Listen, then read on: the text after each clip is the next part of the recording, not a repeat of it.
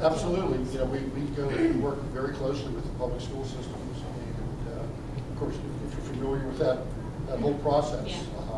they go through They go through testing. they go through the public school testing and all stuff. that, and then when the committee meets and they make the determination if the child is found eligible. Of course, whether they're in a private or public school, the parent always has the option to Yeah. pull the trigger on that or not. If they decide that those are the services they want, then, you know, again, I remind them that we don't have those services. We help them move on. It's tough sometimes because Yeah. there's some neat kids. Yeah. That, you know, I would love to have people come into the building. The public school will send speech pathologists over. They work with our children that are identified there, but anything else they don't. So. Do you get students from the public school? Are you dictated from upper public school officials? Well, this kid has nowhere else to go. No, they have no say. No. Okay. Totally autonomous from the public school system.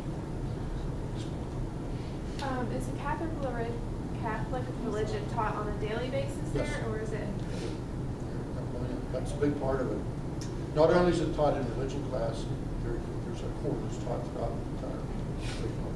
That's what the priest's job is. In the old days, when I went to Catholic schools, we all had the nuns, the sisters, in each class.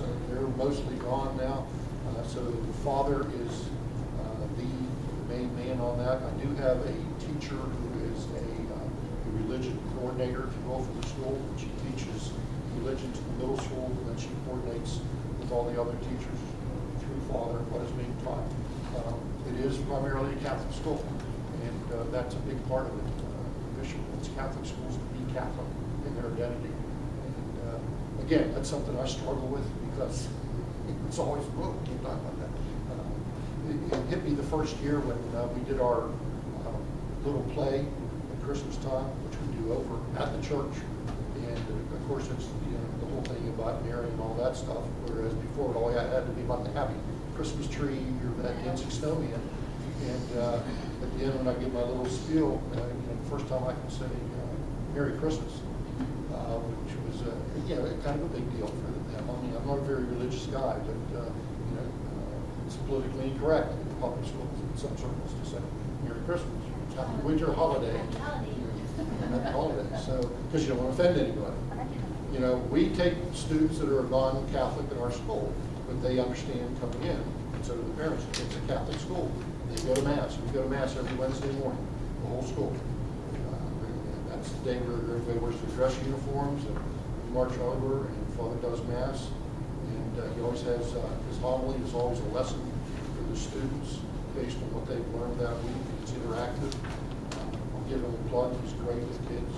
I've seen priests talk at kids. He talks to them. He's a natural born teacher. But he has his ways of doing things. You're dealing with somebody who's been trained from a medieval society, and you have to learn to deal with that in the first century. Your children wear uniforms? Yes, ma'am. Oh, they do. Are you afraid, or do you think about maybe possibly if you deny or if you tell a child that, unfortunately due to behavioral problems or whatever, it's not telling a child that they are not quite the right fit, or I don't know how you tell It's a them. misnomer. First of all, I'm not telling the child. Okay, Tell so the parents. yeah, which they will probably definitely. Sure. But are you scared that that child will feel as though they're a bad child and kind of take on that label, like I got kicked out of school, Depends my how school the didn't parents. want me? That's the parents. I don't talk to the child, say you're bad, you're not coming back. I talk to the parents. And then also, are you scared that perhaps they might get a bad taste for the private school or your religion or the child due to being? Again, that's how the parents deal with that. Parents usually, that's the first thing they'll throw in my face. Well, I didn't think I'd be treated this way in a Catholic school. Well, when the kids throwing chairs across the room, I mean, this is not things that we just take. It's not because he got up and sharpened his pencil when he wasn't supposed to. I mean, these are pretty drastic things. The only reason why I guess I'm asking is because I actually went to private school and public school. And I like them both, and I feel like it shaped me very much so and to who I became. But I've seen a lot of people just completely turn their back on faith and everything, they blame everything from schools. The school's You know, very rigid. people who whenever turn their it's- back on that, we can get into the religious philosophy of it if you want to, but that's, they're looking for a reason. You know, 9 times out of 10, that's what it is. But that's usually the first thing that I'll get is, well, that's not very Catholic. Well, you know, that's your opinion, but the 22 other parents are glad your child's not going to do that. I mean, I would hope that it's You know, Never said that. no, you know, I mean, I wouldn't say that directly to them like that, but that's, you know, what I have said to them is, you know, we have gotten to the point now, and again, this isn't a single episode trigger pull. This goes on for quite a while. But I have had to sit down with parents who will sit there and go, well, yeah, but, and I have to stop them and say, you know, the point you're missing now is this is no longer about you and your child coming to St. John's. It's about the other 20 or 19 children that are coming here whose parents also pay for their child to come here and expect a particular environment. And that environment is not the way it needs to be. And unfortunately, that's because of your child. Now, that's tough to say to a mom, but sometimes you just got to do it because mommies sometimes don't see that. But at the same time, again, I have no business to her. And I don't mean to sound callous about it, and maybe I'm coming across I am, but because those are things that weigh very heavily. Don't forget, I'm a school teacher underneath, okay? And we get into teaching because we like kids. And I'm a dad, and I've been there, okay?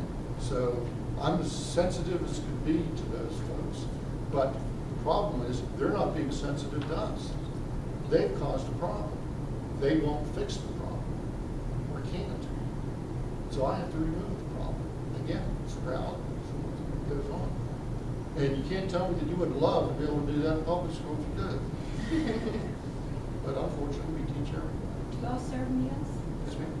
You have cook? I have a chef. Mm. We charge $3.65 for lunch. Of course, the children have the option of bringing. But the gentleman I have is 7 years as a Navy chef, cook, and graduate of Johnson & Wales. And he came in. He likes his summers off because then he can go be a rogue chef all summer long. And that's really where he makes his money. And he works for me during the year. And he's really stepped up those lunches. When I first came there, it was like a slice of pizza and corn puffs. Oh. And we were trying, we had no government subsidy, so, you know, that was pretty important, but we stepped it up a little bit. The secret, of course, is not only having a good cook, but somebody who can buy well in the school. And he and another gentleman do that. 2 guys back there that run that kitchen. They're good. Kids love them, parents love them. That's And, great. You're I that. love the chef. They eat well. Yeah, you've seen it. Yeah. Thank you so much. We've I all hope been you- enlightened a little I hope bit. you got a little something out of that. I'll be glad to stick around and answer that question that you were afraid to ask in front of everybody.